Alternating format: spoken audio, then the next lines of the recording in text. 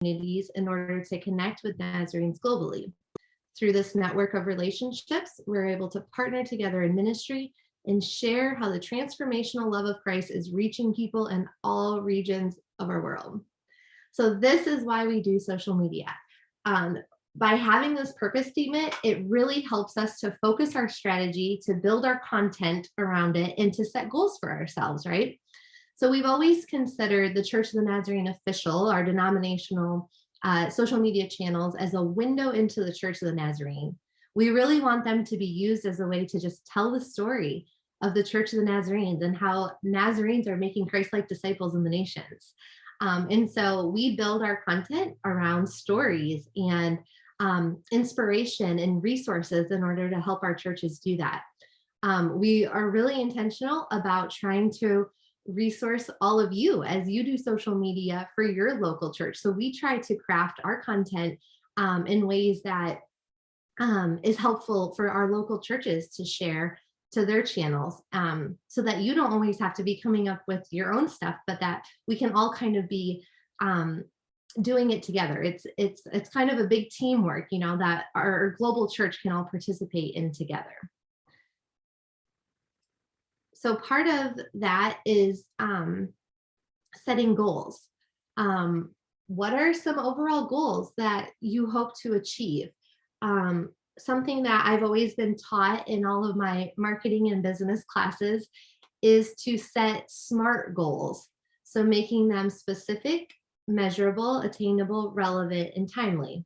So what do I mean by that? So specific, what do you want this goal to accomplish? So make it very specific to your church, your organization, and the goals that you have set for your church. And then say, well, what specific outcomes do we want to see? And then make those measurable. So how can you measure the success of your social channels? Maybe you set a goal and say, we want to reach at least 200 people through our posts. That's great. And then you'll be able to track that later. Your goals shouldn't just be about your followers, although that's great, but that social media is a tricky place. People pay for fake followers.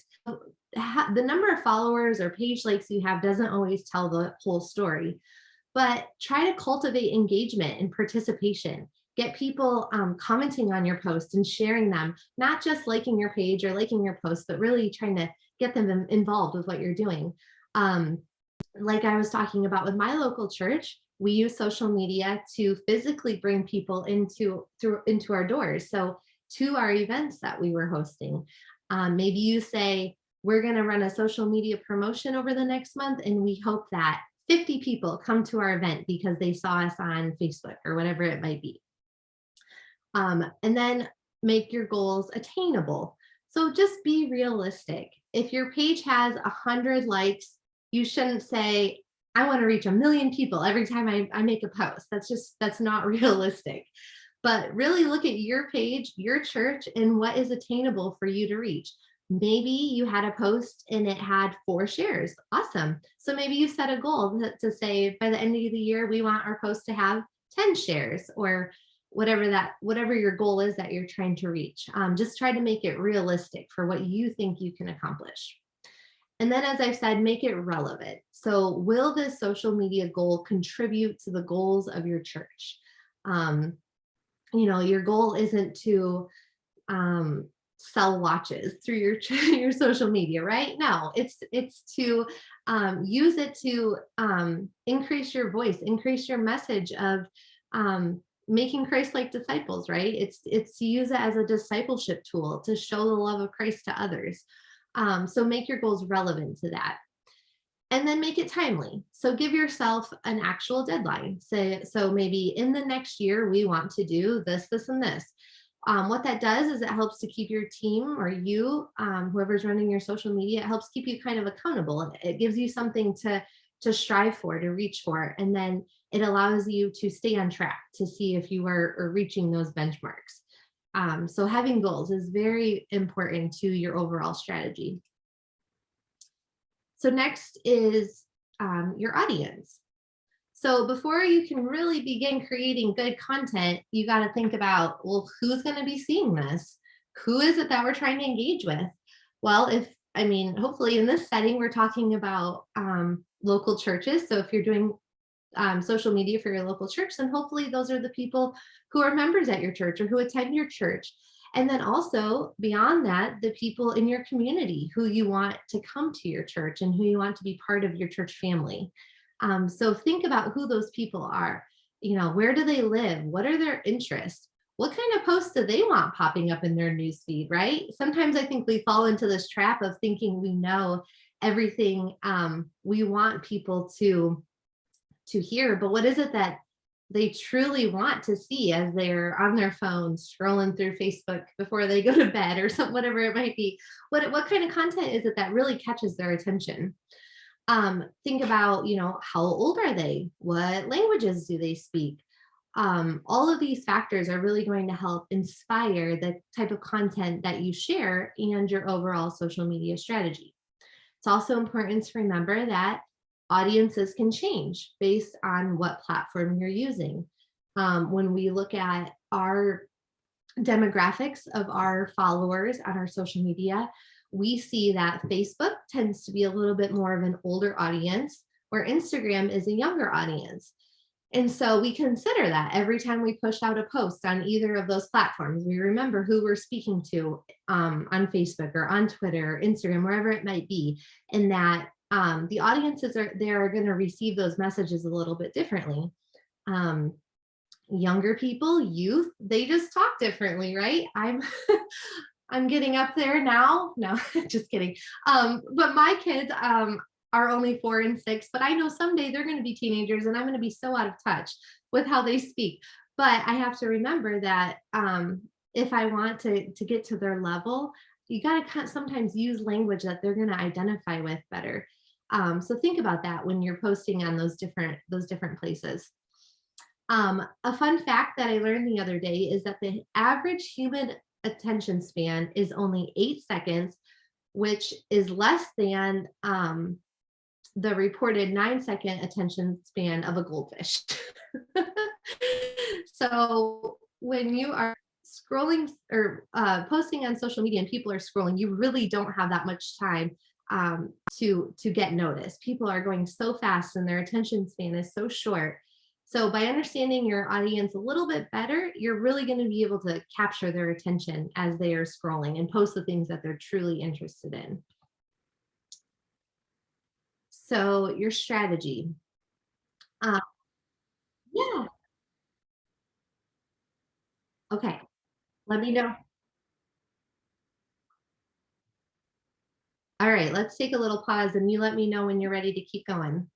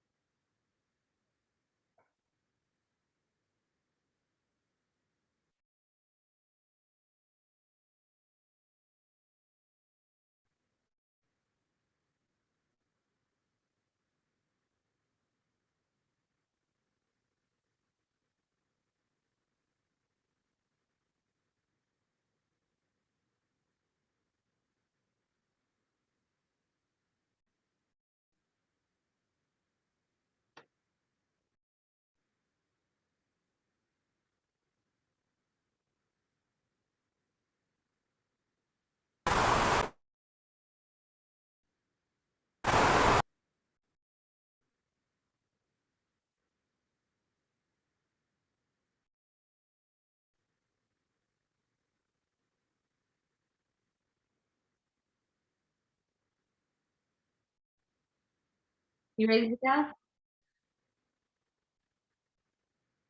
Okay. All right. So now we're to the strategy section. So in building your strategy, a couple of things you're going to think about is how much time do you have to dedicate to this? Really be honest with yourself. If you only have a couple hours a week, that's fine. Try to build your strategy around how much time you have available to give to it. The goal here is to be successful. It's not to burn yourself out. It's not to think, oh no, if I don't post every day, then I'm failing at this. That's not the case here. You really want to build your strategy around how much time you, or if you have a team, can truly dedicate to it. You want to think about how many times per day or per week are you going to post? Which platforms are you going to use? And also give yourself a personality. Your account a personality. Think about, is our voice going to be really fun and engaging, or is it going to be just a little bit more formal and straightforward with facts and information? And that's fine. Kind of set your tone of voice that you're going to use. As you're thinking about which platforms you're going to use, really look at the demographics of your audience, kind of like I just talked about in the audience section.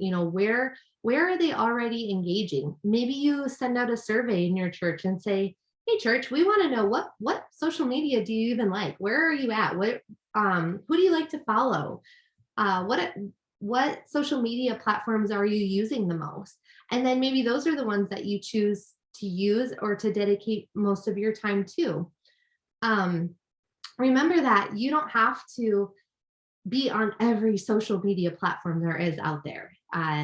Just because TikTok is growing right now, you don't have to be on TikTok, or Snapchat and Instagram and Twitter, and you don't have to do all of them.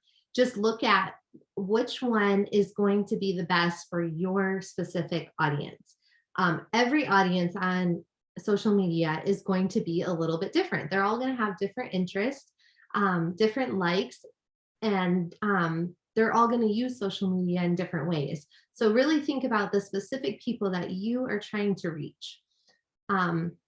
And then do that really well. So if it's Facebook, then maybe say, we're really going to focus on Facebook and make that our best. And then maybe you say, okay, I think we've got Facebook down. Let's add an Instagram and see how that goes. So just remember, you don't have to be doing all of them. I like to give the example that in your church, you wouldn't print 17 different bulletins. So don't start 17 different social media accounts.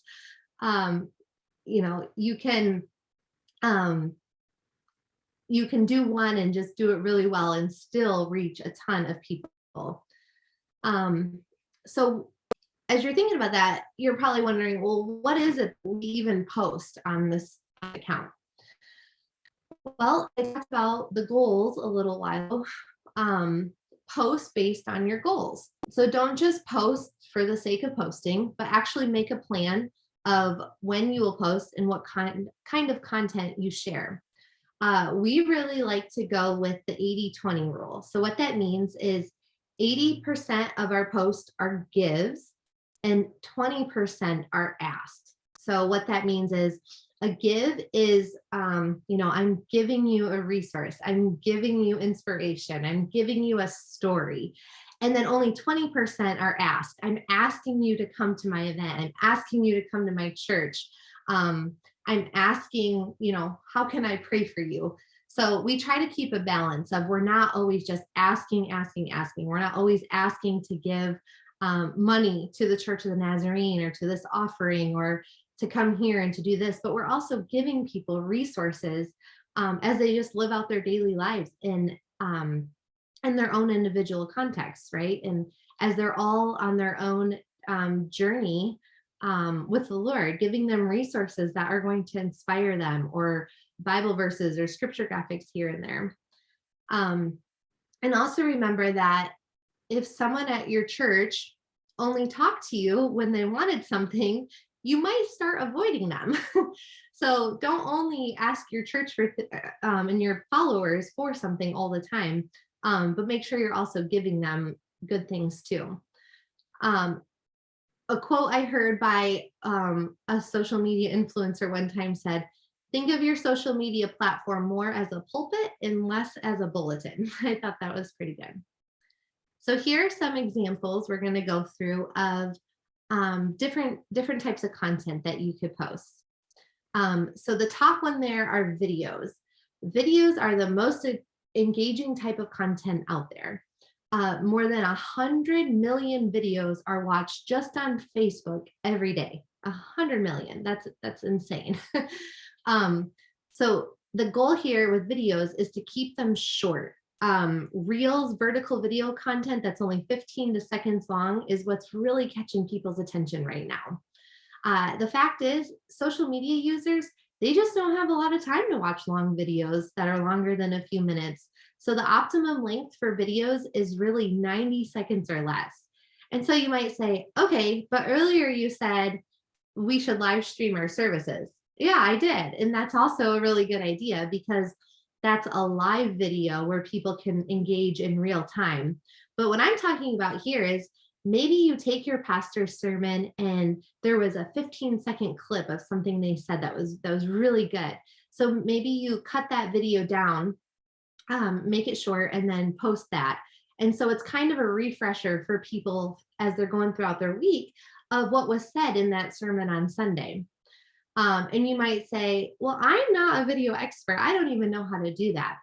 There are so many good resources out there these days. I promise you, if you just do like a quick little search on the internet, you'll find maybe a free resource.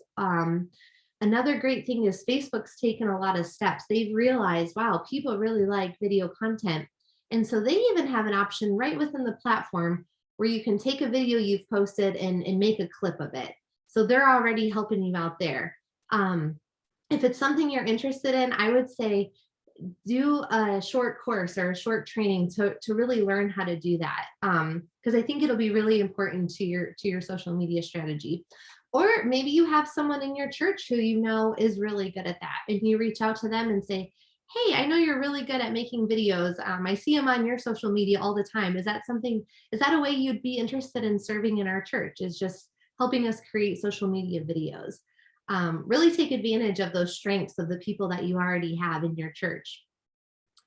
As I was saying with the Facebook Live services, remember that live content is going to be prioritized in the social media algorithm so that they get more attention. So what the algorithm is, I know that's kind of a big word that maybe you've never heard before. That's the way that when you're scrolling on your feed, that content is prioritized. So these social media sites, Facebook, Instagram, whatever it might be, they think they have you figured out, and they think, oh, she really likes this, so we're going to put this kind of post first, and then this one, and then this one. And so they choose the order that those posts show up in your feed. So that's what that algorithm is. So the Facebook Live videos are going to be pushed to the top of that algorithm. And a big part of that is because those are a great way for you to connect with your followers in real time, as I was saying. And social media is meant to be social. That's why it was created. Next type is stories. Stories have just really become super popular over the last couple of years. And so what those are is they're 10 to 15 seconds of content that are only up there for maybe 24 hours, and then they disappear.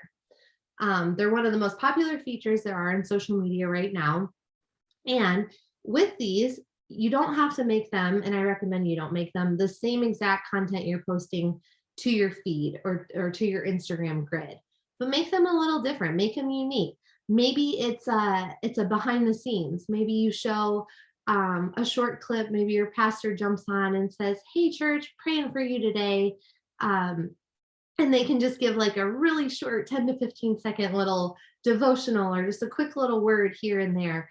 But those stories I've noticed are just really authentic content. They're not super highly produced usually, but they're just real. They're very real, and they're very quick. So it's content that you can kind of make on the fly. So maybe you come in on a Sunday morning early to church and you see your media team getting set up, and you do a quick little story of, we're so thankful for our media team here who's getting ready for service. Or maybe there's a little prayer going on, and you can show that.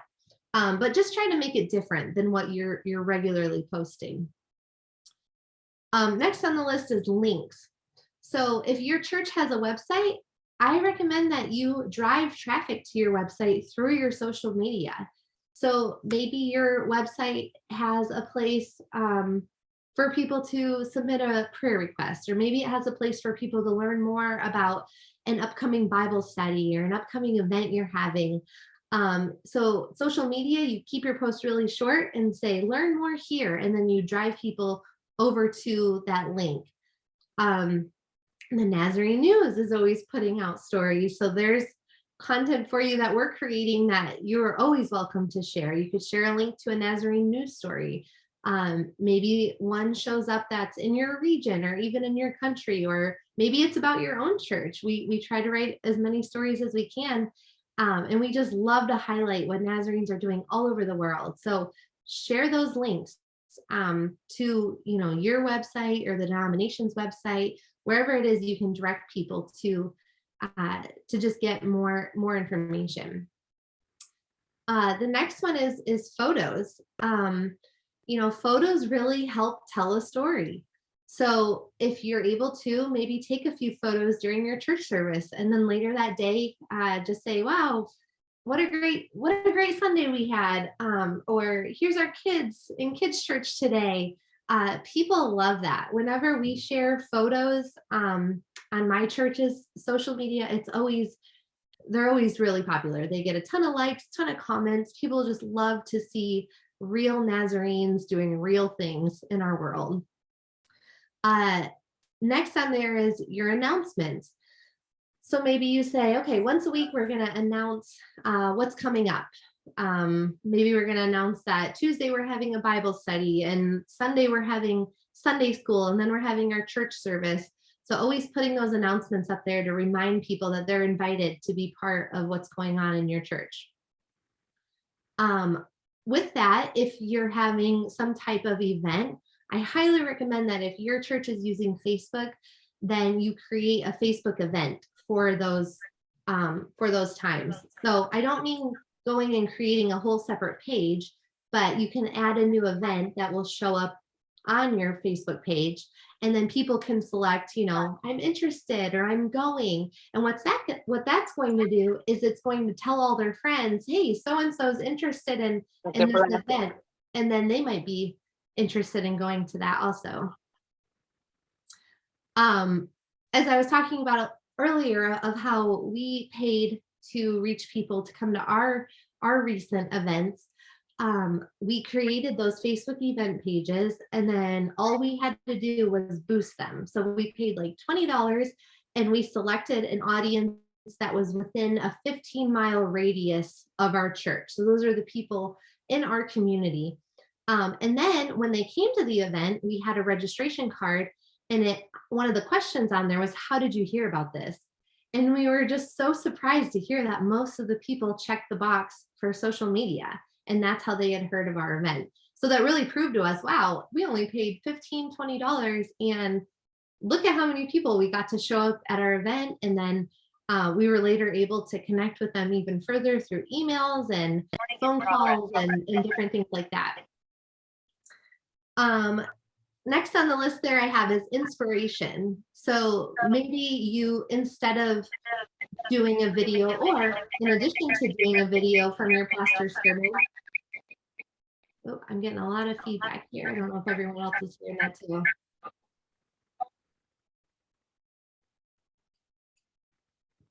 All right, I'll try to keep going. So maybe you take that quote that was really good, or a couple quotes, and you just turn them into some really simple graphics that you can use, and share those. Those tend to get shared a lot too. Or maybe it's a Bible verse. You might say, well, I'm not a graphic designer. How am I supposed to do that? One tool that we found really helpful is called Canva. I don't know if that's available to you on the Mesoamerica region. I would hope so. But if not, I'm sure there's something else out there. Maybe Esteban could recommend to you even of some kind of graphic design website where it's really easy. You can choose a template, insert your text, and then download it. And it takes maybe 5 or 10 minutes to make those with. There's so many great tools out there these days that I think the church can really take advantage of. And then lastly is shared content. Share content from other pages.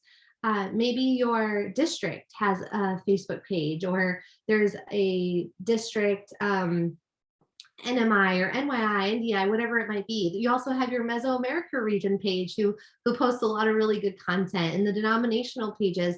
Feel free to share that good news on your local church's page. It only takes a couple seconds as you're scrolling and you see something to click, share to page, and then you share it right then. It doesn't take much effort at all, which is really, really helpful. So then next is, when do you post? So post when your followers are online. This is a little snapshot from the Church of the Nazarene officials Facebook. If you go into your Facebook Insights, it will tell you when your followers are online. So from here, you can see that most of our followers are online from around, probably about 5 a.m. until 9 p.m. at night. So we're not going to schedule or post or choose to post at 2 in the morning, because that's not when our followers are online. They might see that content later, but it's going to get a whole lot more reach if you try to focus on posting during those normal times that your audience is going to be scrolling. This could take experimenting a little bit with different times. Typically early afternoons are really effective, but again, it just depends on your audience. So maybe you test out some different times and you think, oh, wow, I posted this on a Monday at 1 o'clock and it went really well. So maybe you try that strategy again, or maybe you can identify a couple times throughout the week where you notice that those posts are getting more engagement and reach than any other posts that you're doing. So then just stick to those times. As I was talking about the algorithm a little while ago, the algorithm detects those pages who are very consistent. So consistency is really key here, because it's going to see, oh, you're being consistent, and then it's going to push your content higher on that algorithm, which is what we want. Twitter is a little bit different because Twitter is in real time. So that means as soon as it's tweeted, that's going to be at the top of someone's feed. I know that's changed a little bit, so it depends on how they have their Twitter set up, but the main point of Twitter is to be in real time. So again, it's even more important on Twitter that you're posting when people are on, because that's most likely when they're going to see it. An intentional social media strategy that really focuses on posting content consistently, it helps keep your audience engaged, it develops loyal followers, and it really just boosts awareness of your church. If you only post like once every couple months, that's not a real consistent strategy, and that doesn't really give your audience something good that they want to follow. If they're going to follow you, then that means they've committed to your page and they want to see stuff from you regularly because they're interested in what you're doing. And so a lack of consistency is really a way that your audience could lose interest. So from the research that I have done, I have seen that what's recommended, at least for Instagram, Facebook, and Twitter, is 3 to 7 times per week for Instagram, 1 to 2 times per day for Facebook, and then 1 to 5 tweets per day for Twitter is what's recommended.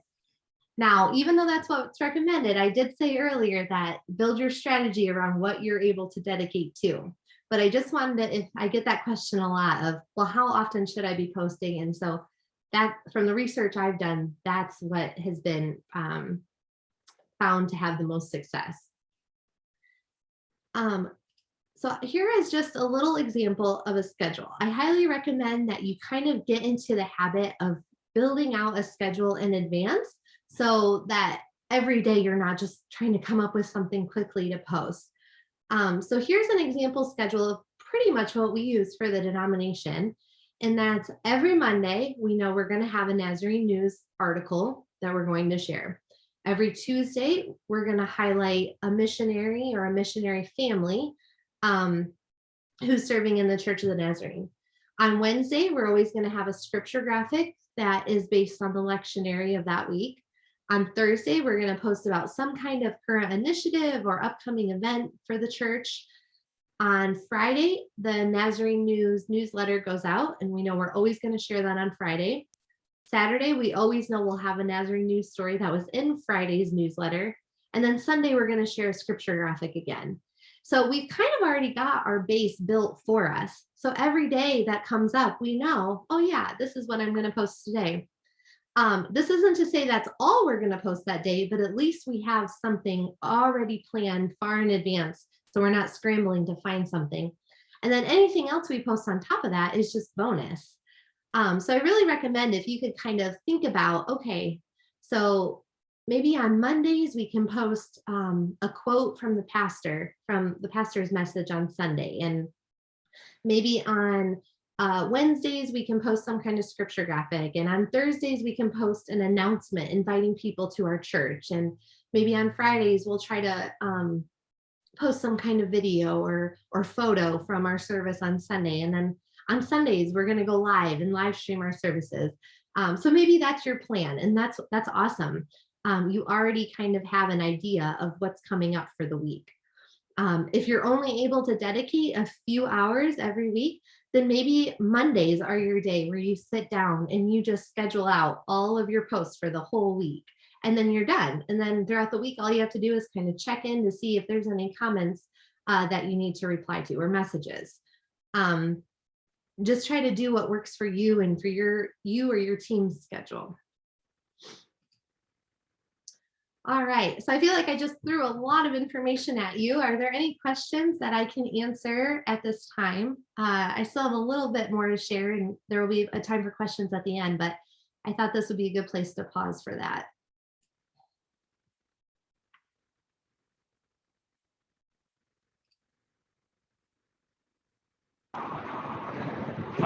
You mentioned Emmanuel Etienne, Trinidad and Tobago. You mentioned stick to like maintain one platform. I try a lot of creating content that can be cross-platform. I don't know if you could speak to that. Sure. So the question there was cross-posting on several different platforms. I would say that it's really a post by post case. So for example, when we post the scripture graphics, that one can easily be put, Facebook, Twitter, and Instagram. However, if we're posting something that has a link, you need to be careful with that because Instagram doesn't allow links in a post. They only allow a link in a bio. So if you're going to post it to Instagram, then maybe that post needs to look a little bit different there, and it can't just be copied and pasted from what you shared on Facebook. Or say that you're going to share a video. Those different social media platforms are going to have different video specs. So maybe on Facebook, it's one size, and on Twitter, it can only be 2.5 minutes long. And then on Instagram, maybe you want it to be a reel instead of a video. I think cross-posting content is fine. We do it often, but just make sure that you're crafting it in a way that makes sense for that platform. I hope that helps answer your question. Do we have any others?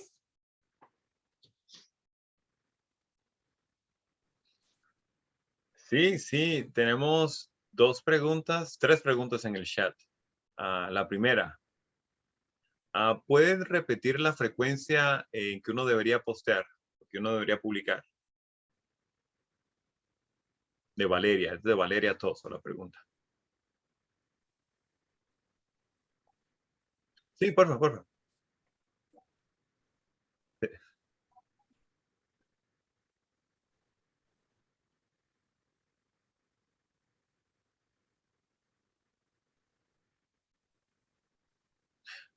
Alanis, ¿puede cambiar a su canal a inglés, por favor? Ajá. Ajá.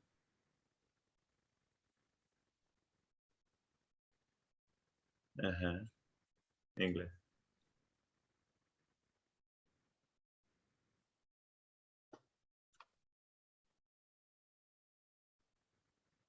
Yes, we can hear you in English.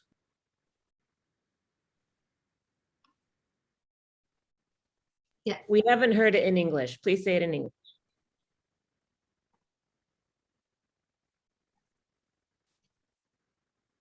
Okay.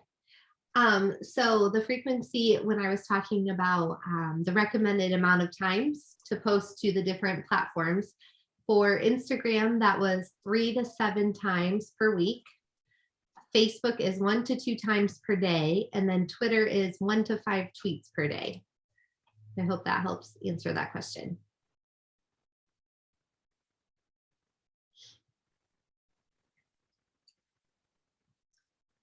All right. As I said, there will be more time for questions at the end of this, so I'm going to keep on going. So now that you know what your purpose is, who your audience is, and you've got a strategy in place, it's time to engage. The whole point of social media is to be social. It's for connection. So don't just kind of sit back, throw a bunch of content at your followers, and then don't ever engage with them. Make sure you're replying to comments and messages, and creating content that people want to engage with, that they want to comment on or share, or be part of. Just don't be afraid to talk to them.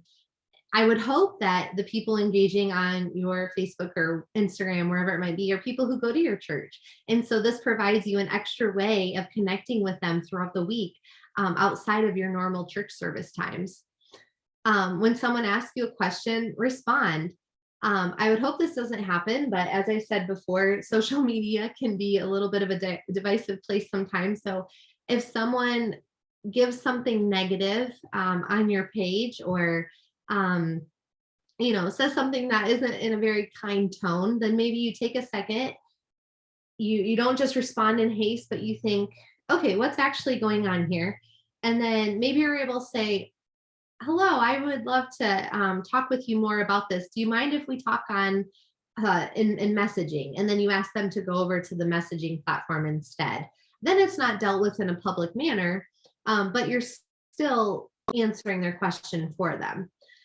Sometimes people ask questions and you just don't have an answer. So just be honest and say, I don't have an answer for that right now, but I'm going to try to find out and I will get back to you. So at least you've still engaged with them and you haven't just left them hanging. So after you have your strategy in place, you're engaging, then start measuring. Try to see, okay, is what we're doing actually working? Are you meeting your goals, as we talked about in the beginning?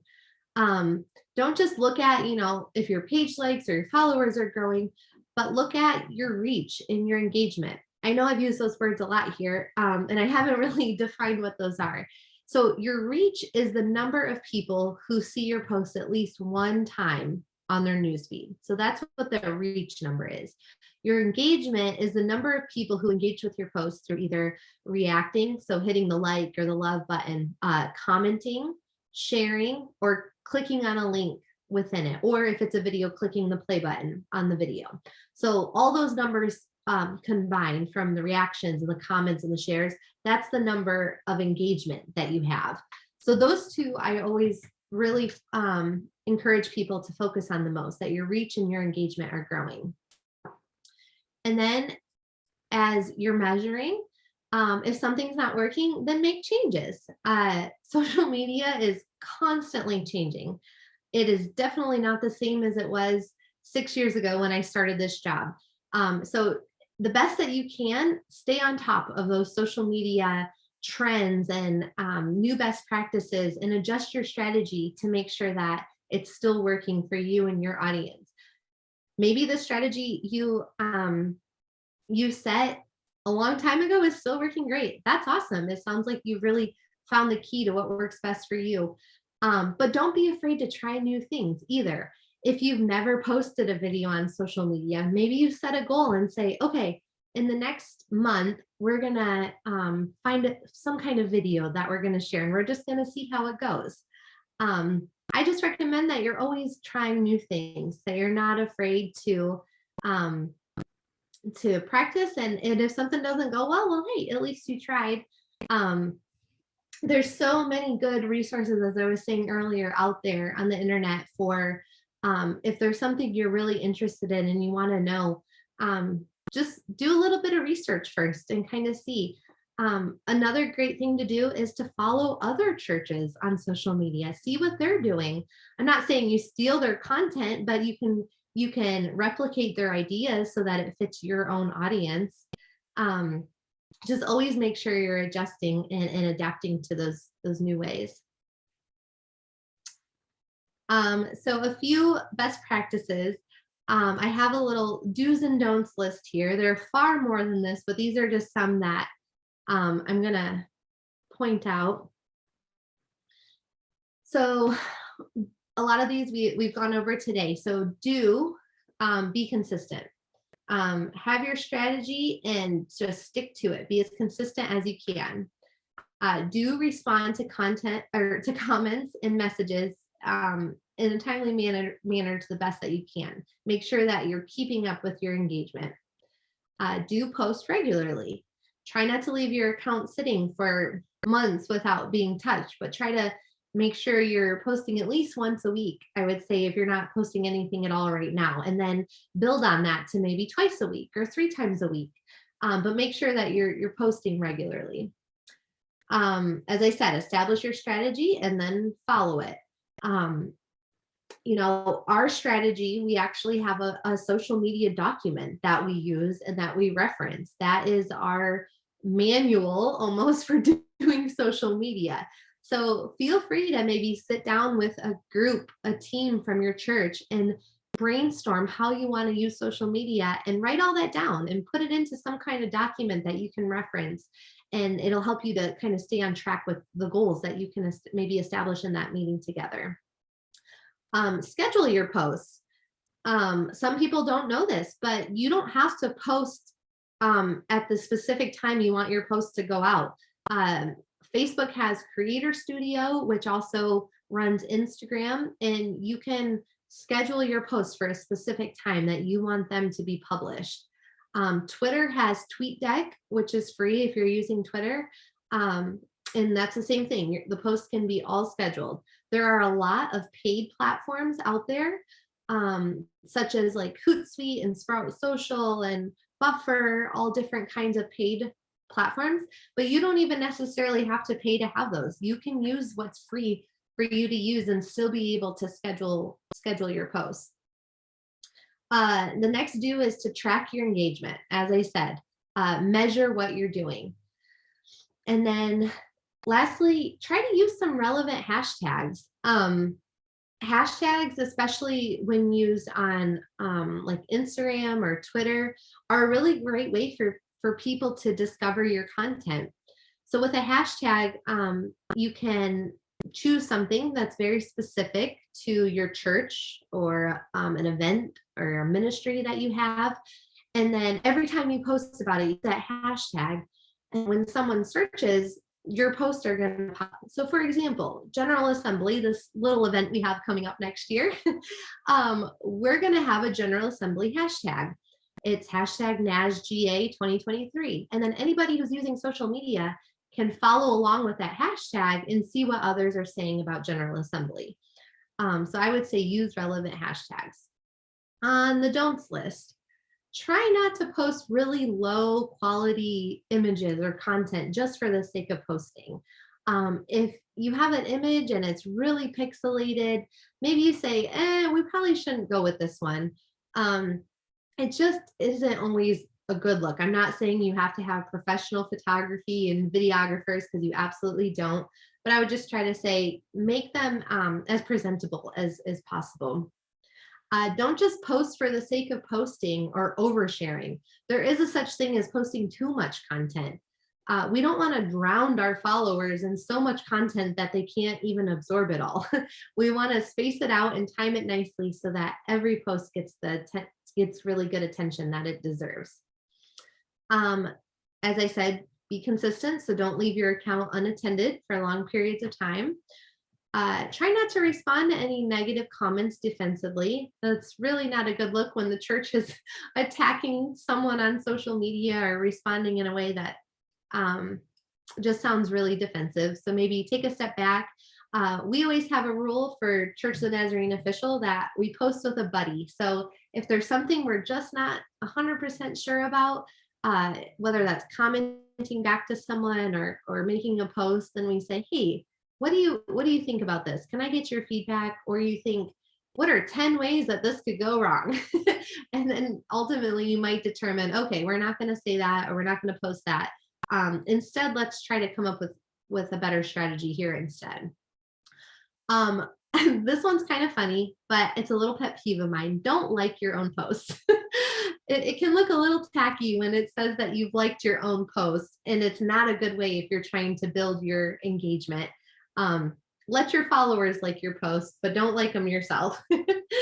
And then lastly, don't post personal information without someone's permission. I know that, when something tragic happens in someone's life, we want to tell everyone to pray for that person.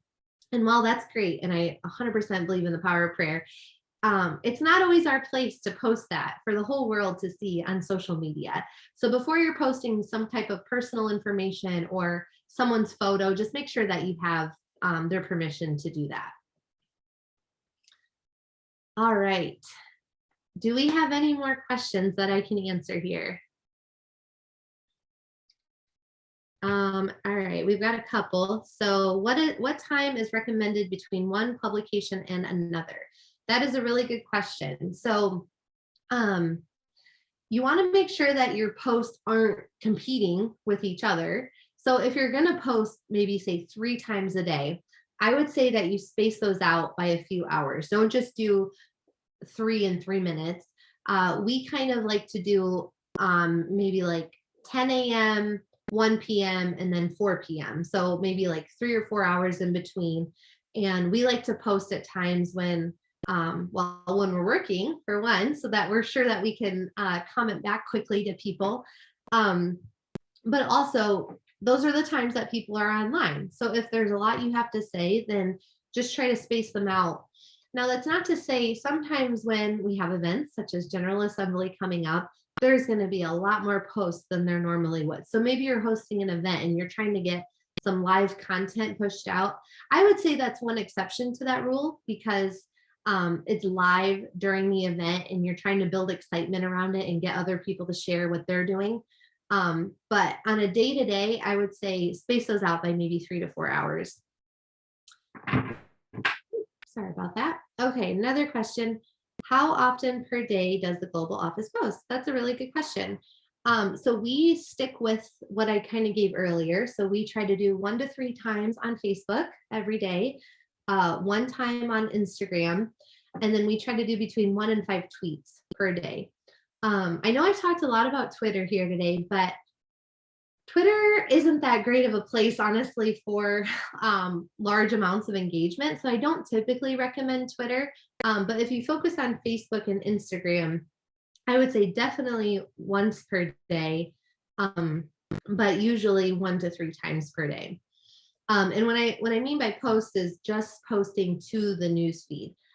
So that doesn't always include like posting to stories. If you can get lots of stories in one day, then I say go for it, and then save those as a highlight on your Instagram as you need to, that for people to go back to. But as far as just posting to your grid, I would keep that between 1 and 3. Any more advice on using hashtags? I see some posts with what I think are way too many hashtags, or hashtags that never repeat. Yeah, that's a really good question. So for hashtags, the recommended number of hashtags to use in an Instagram post is actually 7. For some reason, they have found that 7 is the magical number to get the most engagement on an Instagram post. So what I would say is, if you have something very specific. So for example, for the Church of the Nazarene Official, we always use hashtag Nazarene in every post that we do on Facebook and every post that we do on Twitter. We know that there are lots of Nazarenes out there who are already following the hashtag Nazarene. And so that's going to help be a quick and easy way for them to find all Church of the Nazarene content. But in addition to that, I would say to use some that maybe aren't specific to you. So if you're posting a Bible verse, maybe you add some in there that are, I don't know, hashtag Bible, hashtag love, whatever the Bible verse might be about, because that kind of helps it to become more discoverable. Or maybe there's something local going on in your own community and your church is taking part of that. So you have some kind of community hashtag or a hashtag that's relevant to your specific location. If you're looking for ways to create your own hashtag, just some best practices for that is they say not to make it more than 9 characters long. So really long hashtags, they get really hard for people to kind of distinguish between each word and what you're actually trying to say. So keeping those to 9 characters or less, to kind of shorten them up a bit, is a really good practice. And also they say to capitalize the first letter of every new word. For example, if we're using the hashtag Nazarenes love, then the N and the L are going to be capitalized to kind of easily identify that that's what we're trying to say there.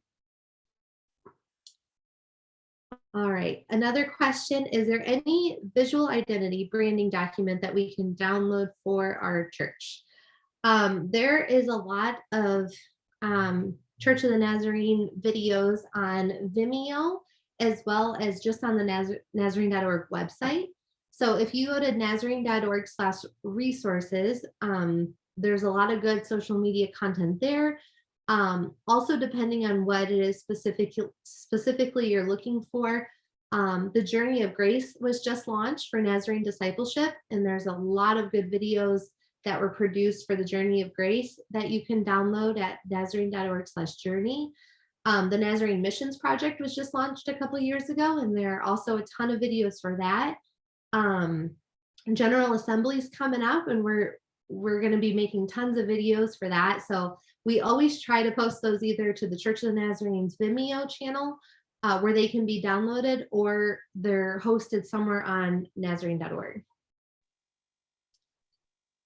All right. I see some more questions here in the chat.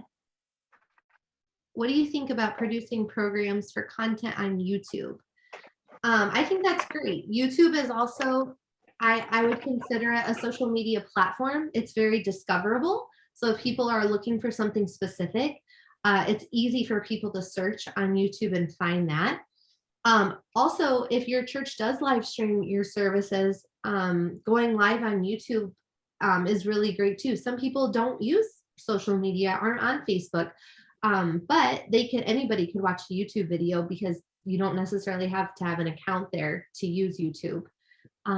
So I think utilizing YouTube is great, especially as I said earlier, if that's something your audience is really interested in, and you already have a lot of people using YouTube, then I think that's good to post your videos there too. It doesn't hurt to post those in multiple places.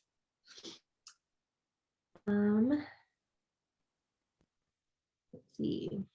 Please talk some more about seeking permission to post pics and other personal matters that others may be experiencing. Okay, so yeah, that's a great question. So permission for posting pictures.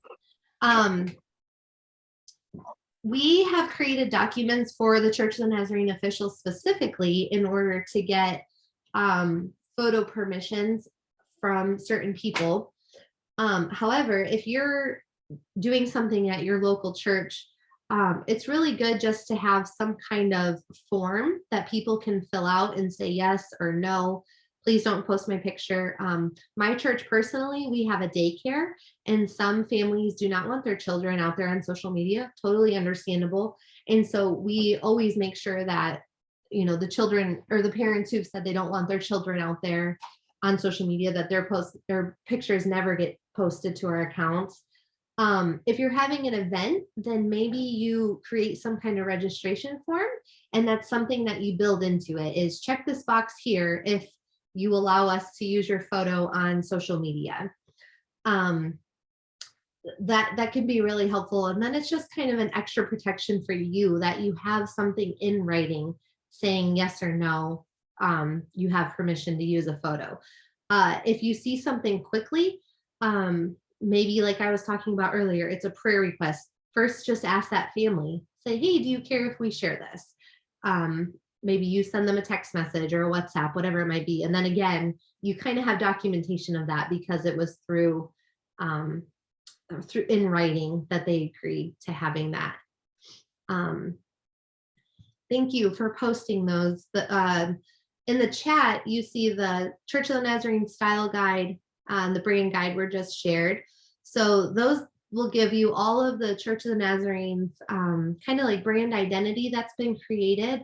So all of the official colors that we use, the official Church of the Nazarene logo, it gives you step-by-step instructions for how you can use that logo to create a local church logo. And then it also just gives some parameters for like photos and different design recommendations too. So yes, download those documents from the chat. Maybe those can be sent out in the WhatsApp group later as well. They're also available on nazarene.org/logo if you're looking for those as well. All right. I got another question. For capturing your audience, how effective do you think TikTok would be? I had a feeling this question would come up. TikTok is a tricky one. You know, TikTok, if you do it well and you do it right, your TikTok algorithm can be very good, wholesome content. However, I will say that TikTok, it's very hard to control what appears. You know, you're swiping very fast. And so just be aware that things may pop up on TikTok that you are not okay with. And so I've struggled a little bit with TikTok because of that reason, that the content isn't as controlled. You know, on Facebook, it's easier to control the content because you choose who you follow. It's really easy to block accounts or to block people who you do not want to see content from. But TikTok, it goes really fast and there's a lot of scrolling and you can kind of get sucked into this hole of it for a long time. And a couple hours have passed and you're like, oh my goodness, I just spent 2 hours looking at TikTok. And so it's highly addictive in that way too. I think if you want to get into TikTok, maybe say you have a large youth group and all the youth are on it. I think it can be a way to, you know, share messages with them, like little devotionals and just really encouraging videos in that way. But also just, I don't know, be a little bit more careful with TikTok than and be aware that, you know, things come up on there that aren't very Christ-like very often.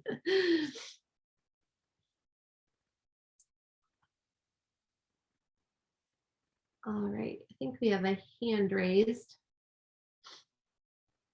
Esteban, do we have any more questions? Yes, I think Jesús Montes. Jesús Montes, do you have a question? ¿Tienes una pregunta, Jesús?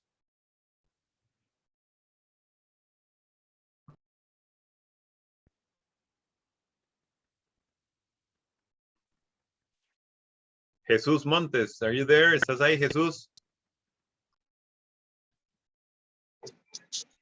Hi. Can you hear me? Yes.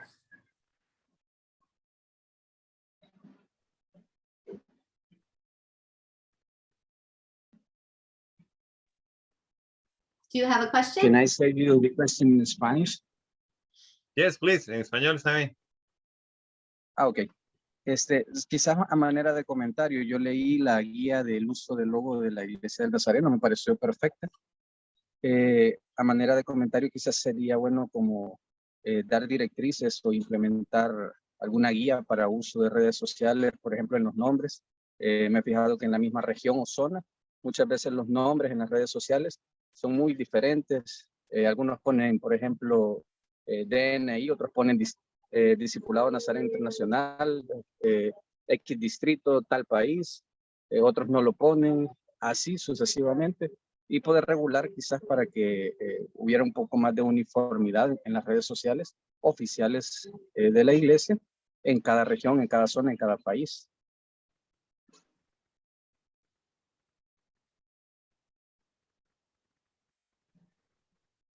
Como le decía, es más a manera de comentario quizás que de pregunta.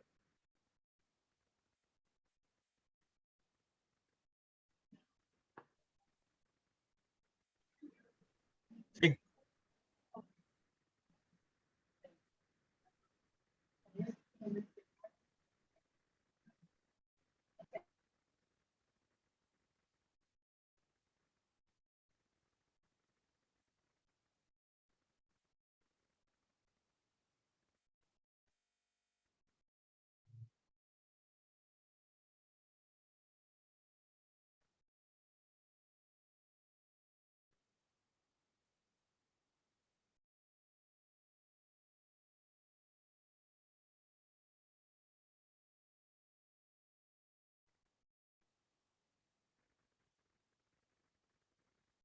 Yeah, there's nothing in our manual that says a Church of the Nazarene has to have the word Nazarene in their name. I don't believe, don't quote me on that.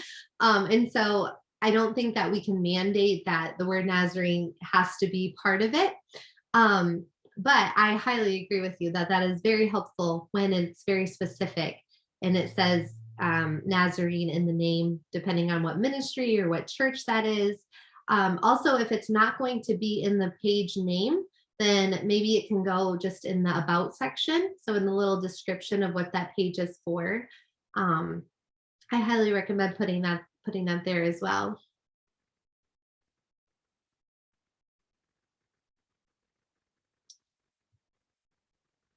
All right.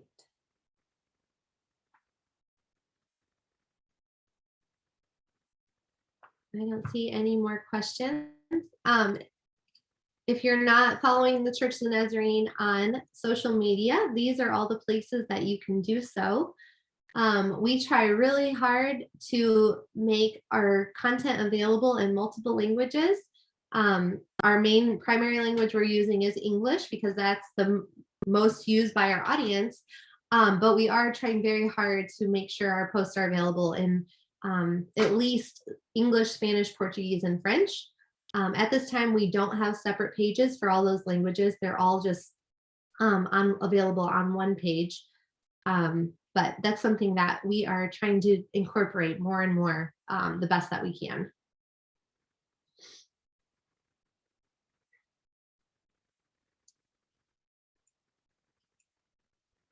Do you have any other questions, Esteban?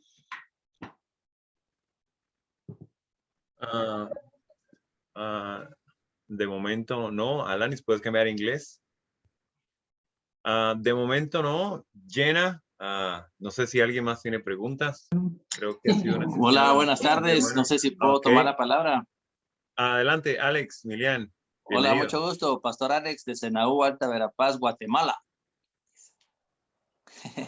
Bienvenido. Tengo una consultita. Gracias, una consulta. ¿Cómo poder diferenciar en las publicaciones algo que sea noticia y algo que no sea noticia? Es que yo acabo de tener una pequeña experiencia en comunicaciones del área o de la región, creo. Hicieron una publicación, pero me hacían referencia al respecto. ¿Cómo diferenciar una noticia y algo que sea como más relevante, más impactante para la sociedad? No simplemente una noticia, porque a veces, especialmente las personas que no son de la iglesia, pues no quieren saber de la iglesia, ¿verdad? Porque es una noticia meramente de la institución, de la iglesia.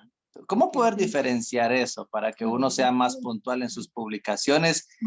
Pues tal vez hablando un poco al respecto de los objetivos que decían, ¿verdad? Si nuestro objetivo es alcanzar a otras personas, ¿verdad? Una noticia no le va a interesar, quizás sea otro tipo de publicación. Entonces, ¿cómo diferenciarlo? Disculpen, muchas gracias.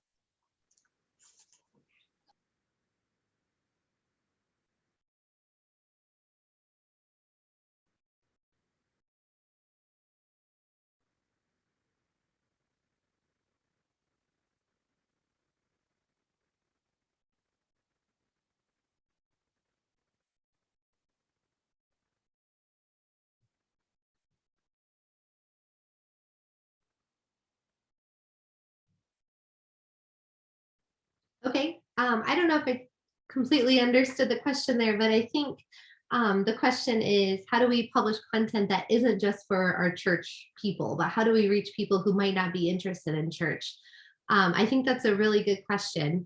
I think sometimes it doesn't hurt to be relevant, right, with the trends that are happening. I don't know if this is a trend in Mesoamerica, but right now in the United States, Wordle, this little game called Wordle, has become super popular. And so I don't know if you saw it, but a couple weeks ago, we posted this cute little meme that said, not Wordle, just where people sit in church. And it was just kind of making a joke that people sit in the back. And so that post pretty much went viral. It had all kinds of shares, way more shares, comments than we typically get. I think it's okay for the church to do that from time to time, right? Because that's something that isn't just for Nazarenes, but a lot of people can kind of relate to that and laugh at that. I also think that what if sometimes you just put up a post that says, how can we pray for you? It's just something very simple. Anyone can respond to. Someone might see that and go, oh, wow, this church cares. I could really use prayer. And then maybe you're able to further engage with them, through messaging. But I think balancing your content, remembering that your main audience who's going to see your post is your church, those who are following your page. But if we're using the platform to, make Christ-like disciples, then using it as a discipleship tool in that way too, of making content that your followers will want to share, and then their friends who maybe aren't Christians will also see that. So maybe it's just something fun. Maybe you just ask some questions like, what is your favorite song right now? Or I don't know, what's your favorite Bible verse? Or what's your favorite TV show? Just those kind of basic questions that can appeal to anybody, but also it gets people commenting in it and it builds that engagement. So I don't know if that's specifically what you were looking for there, but I hope that helps answer your question.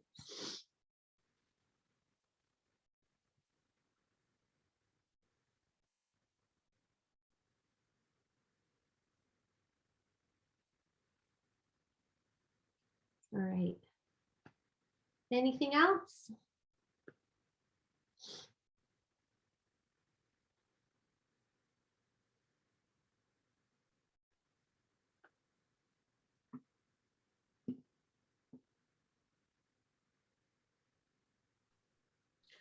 ¿Alguien tiene alguna pregunta? ¿Algún aporte final?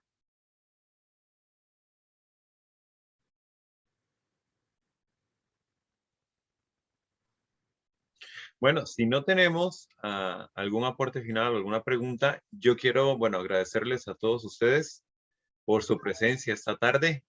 Ha sido, creo, muy enriquecedor para nosotros el contar con ustedes. Y segundo, agradecer a Jenna por compartir de manera sintetizada sus conocimientos que tiene a lo largo de los años. Jenna, gracias. Ha sido bastante provechoso para nosotros.